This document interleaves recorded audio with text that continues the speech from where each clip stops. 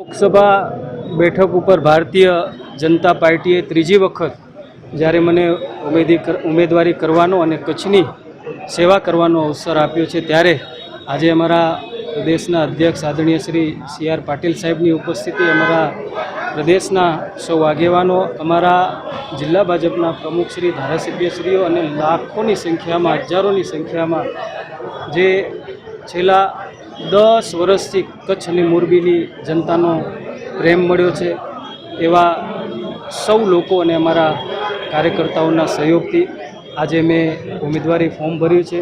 હું તમારા માધ્યમથી હું સૌનો ધન્યવાદ કરું છું, આભાર માનું છું અને અપીલ કરું છું કે ત્રીજી વખત જ્યારે ભારતીય જનતા પાર્ટીએ મને તક આપી છે અને કચ્છની જનતા 10 વર્ષ સુધી તમે બધાએ મને સહકાર આપ્યો છે, હું ફરી 5 વર્ષ માટે તમારો સહયોગ માગું છું.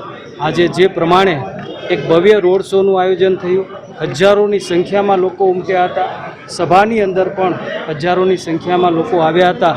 આ બધાનો પણ હું ભારતીય જનતા પાર્ટી વતી અને વ્યક્તિગત રૂપે હું સૌનો આભાર અને ધન્યવાદ કરું છું.